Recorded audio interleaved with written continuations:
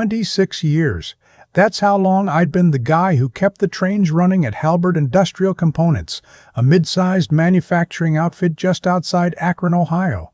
We made specialty fasteners, aerospace grade, the kind of bolts that hold airplane wings together when you're cruising at 35,000 feet over Denver. Nobody thinks about the people who design the systems that track those bolts from raw steel to finished product, but I did. I designed ours.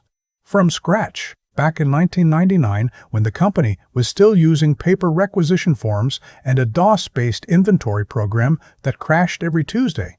My name is Ted Brennan.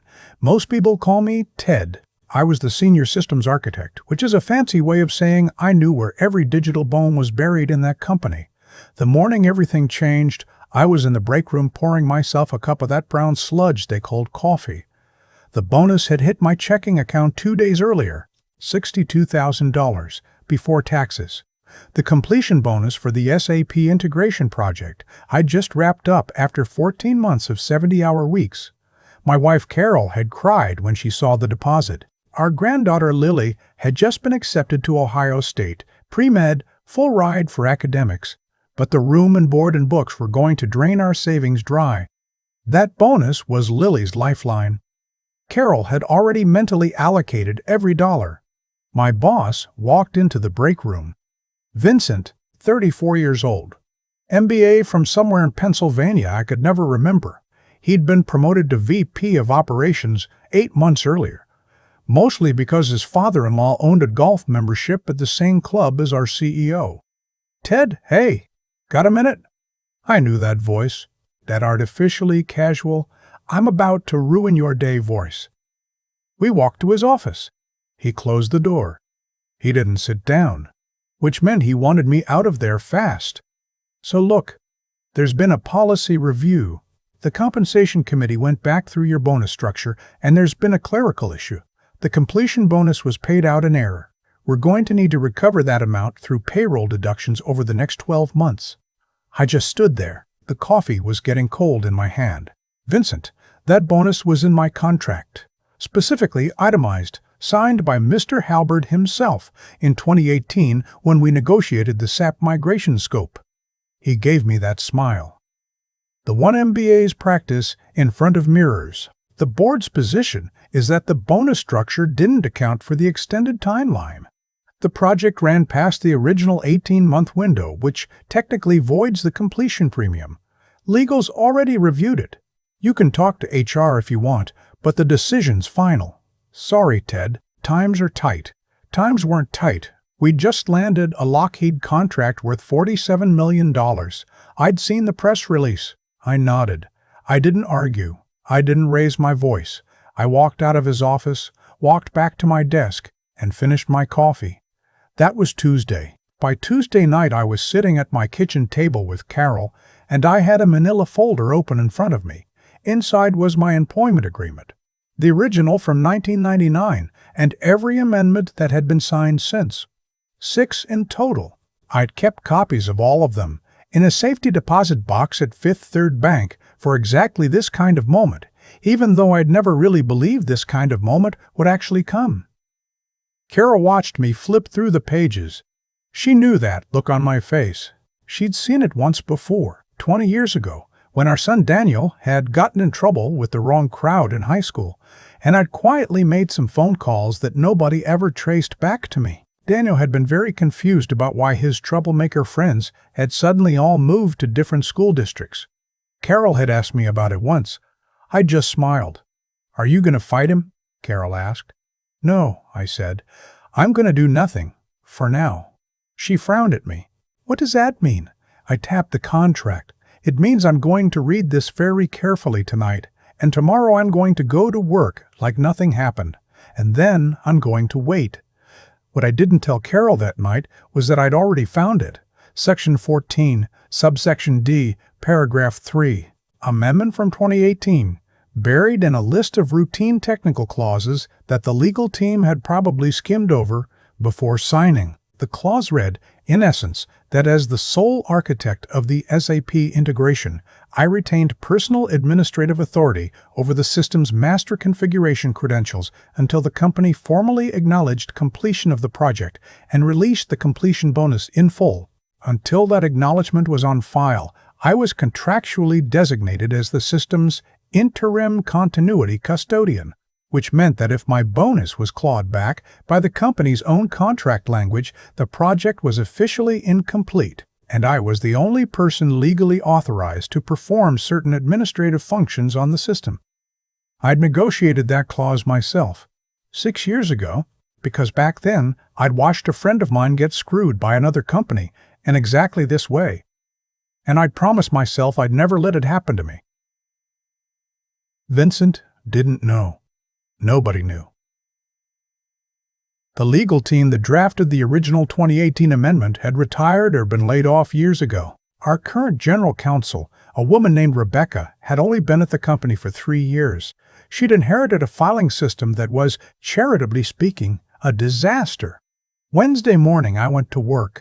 I smiled at the security guard. I waved at the front desk. I sat down at my computer and opened the system administration console for the SAP platform that ran every single transaction at Halberd Industrial Components.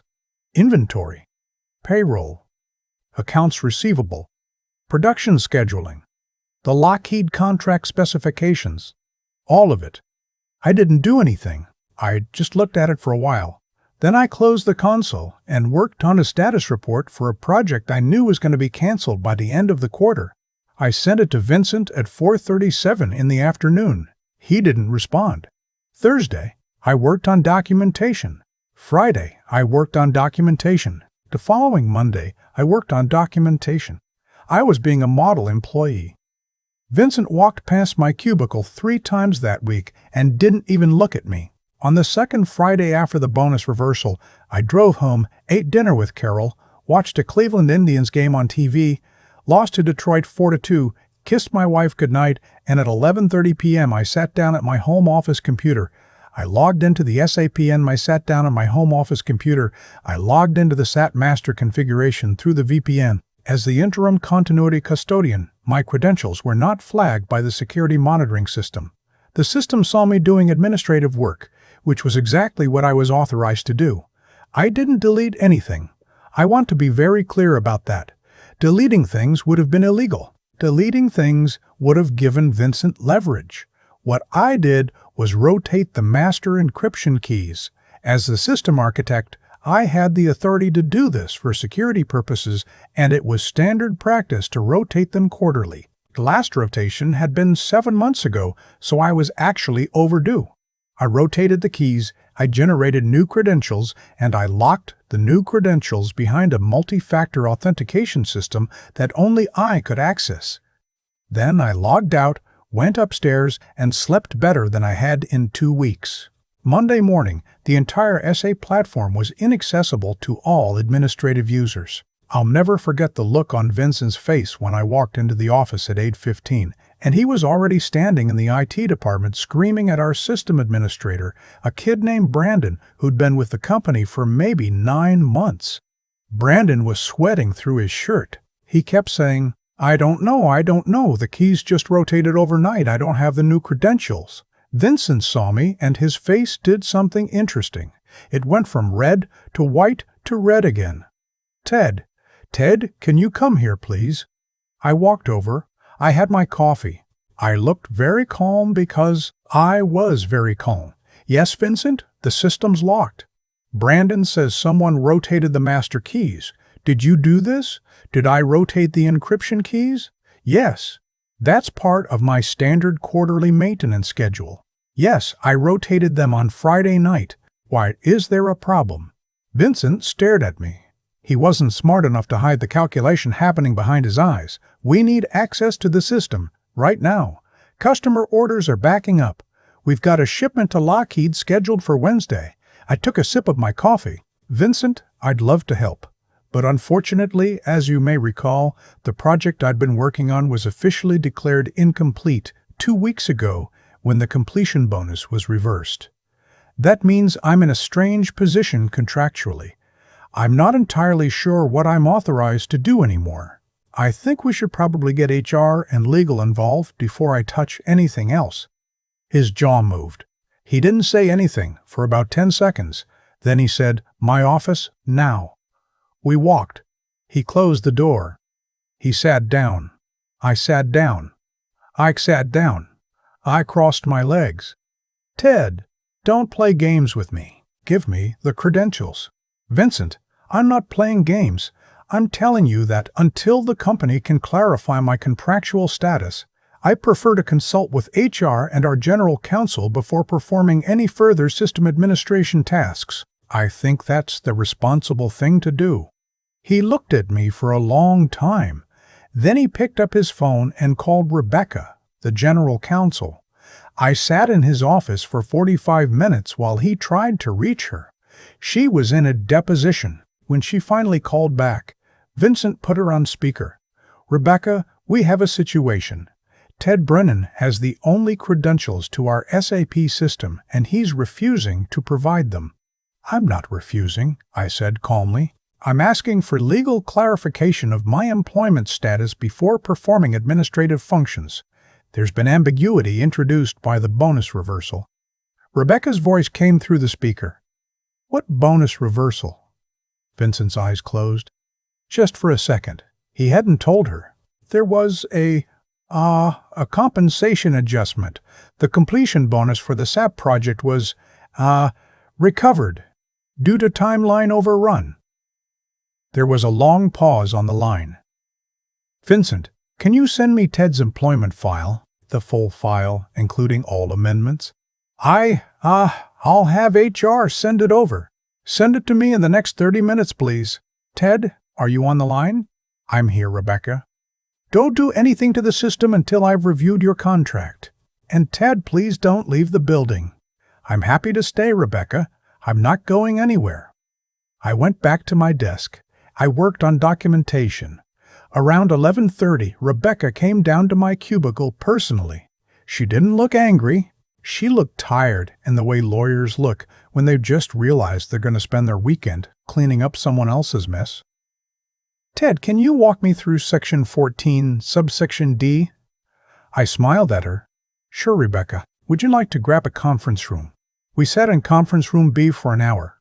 I walked her through the original 2018 amendment, the negotiations, the rationale. I showed her the language about the interim continuity custodian. I showed her the clause that defined completion as the unconditional release and acknowledgement of the completion bonus.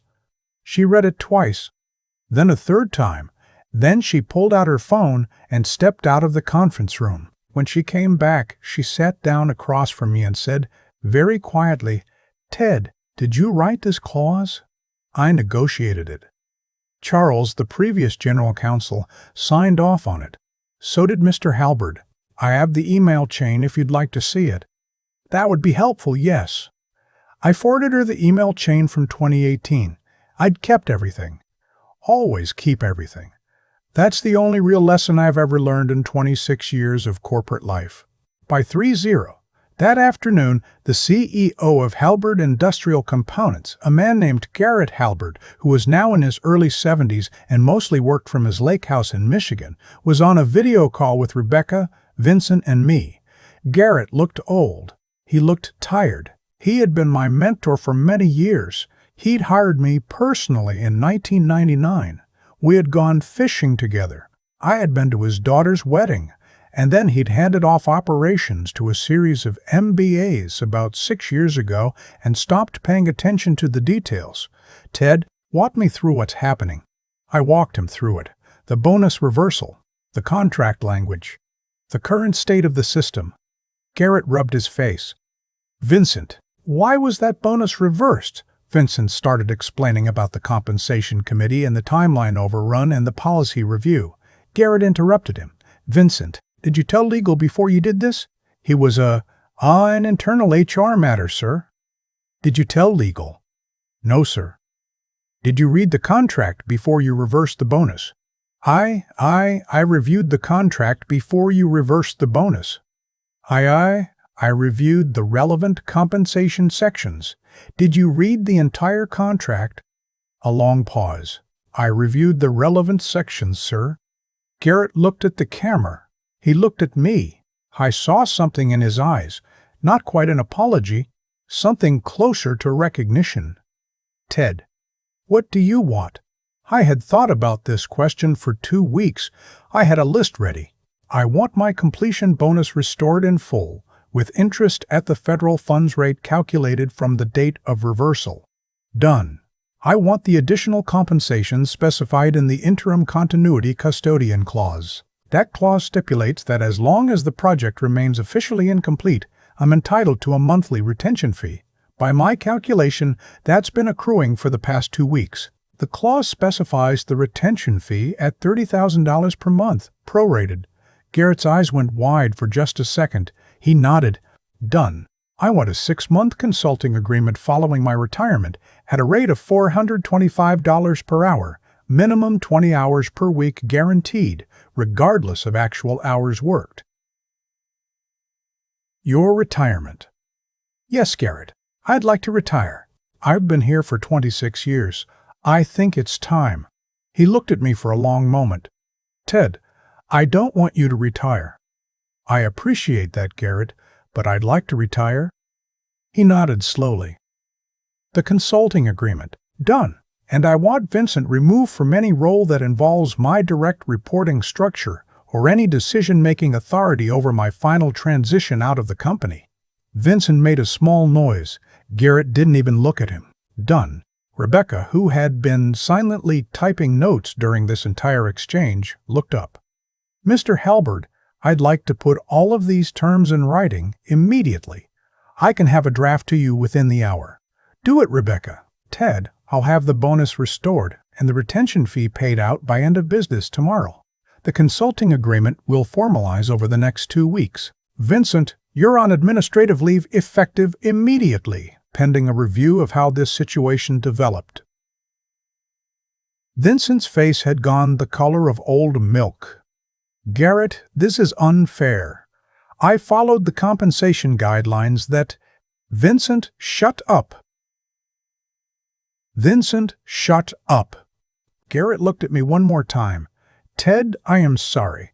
I should have been paying closer attention. You deserved better than this. Thank you, Garrett. I didn't unlock the system that night. Rebecca needed to draft and execute the amended agreements first. I worked from home for 2 days while the paperwork went through. The bonus hit my account on Wednesday afternoon, $62,000 plus interest. The retention fee for the prorated 2 weeks came to about $15,000. The consulting agreement was structured to pay out a minimum of $34,000 per month for 6 months, regardless of whether anyone actually called me. When the final paperwork was signed Thursday morning, I drove to the office, sat down at my desk, logged into the system, and restored normal administrative access. The whole process took about 12 minutes. The Lockheed shipment was 3 days late, but it went out. Vincent never came back. I heard later he tried to negotiate a severance package, and the company essentially told him to take what they offered or sue them, and his lawyer apparently looked at the situation and advised him to take what was offered. He left with 3 months of pay and a strongly worded non-disclosure agreement. I spent my last 6 weeks at Halberd training a young woman named Aisha to take over the system's architecture role. She was sharp. She asked good questions. She wrote everything down. On my last day, I left her a single piece of advice on a sticky note attached to her monitor. It said, "Read every word of every contract, especially the appendices." She framed it. I heard from her about a year later. She still had it on her wall. The night of my retirement party, Carol and I drove home together, and she held my hand the whole way. We hadn't said much during the party. People had given speeches. Garrett himself had flown in from Michigan to attend. He'd given a short speech about loyalty and about how the company had been built by people who showed up and did the work every day. He'd looked at me when he said it, and I knew what he meant. When we got home, Lily was waiting for us in the kitchen. She'd driven down from Columbus for the weekend. She was wearing her Ohio State sweatshirt. She gave me a hug. "Grandpa, Mom told me what happened. With your bonus and everything." I smiled at her. It worked out. You should write a book. Nobody would read it. I would. She kissed my cheek. Carol made coffee. We sat in the kitchen for a long time, the three of us, and I thought about the first day I'd ever walk into Halbert Industrial Components in 1999. I'd been 28 years old. I just bought my first house. Carol had been pregnant with our second child. I'd been so worried about being good enough, smart enough, useful enough. I thought about all the late nights, all the weekends, all the holidays I'd worked through, all the small moments of pride when something I'd built worked exactly the way I'd designed it to work. I thought about Vincent, sitting somewhere in a coffee shop on a Tuesday morning, updating his LinkedIn profile, and attentive, second tentis, Arvin for Tinger, arsenic 6 months, totaling more than $200,000 for what would probably amount to a handful of phone calls. Lily was telling Carol about her chemistry professor, and Carol was laughing. I took a sip of my coffee. It was good coffee.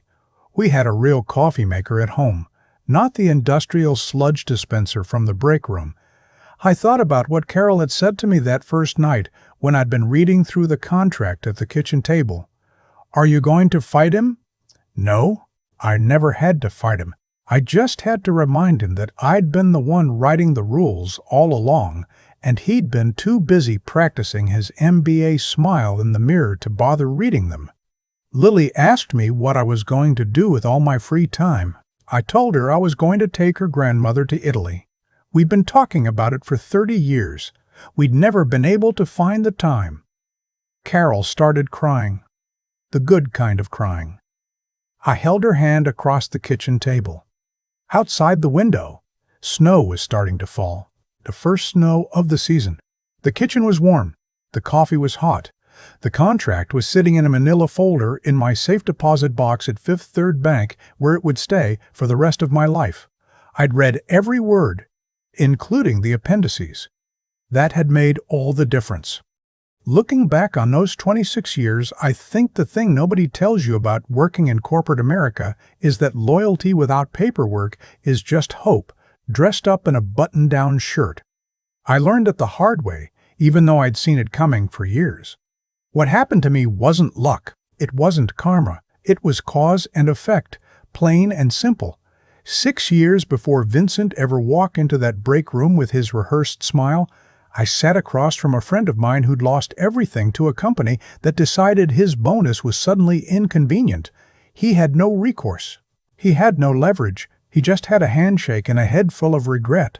That night, I drove home, and I told Carol that I was never going to let that happen to me. The clause I negotiated in 2018 wasn't a trap I set for Vincent. It was a seatbelt I put on years before I ever knew I'd meet it. That's the thing about preparation. It doesn't feel useful until the moment it's the only thing keeping you upright. I want to be honest about something. I'm not proud of the satisfaction I felt watching Vincent's face change colors that Monday morning. That part wasn't my better self. But what I am proud of is that I never raised my voice. I never sent an angry email. I never gossiped in the break room or tried to turn my coworkers against him.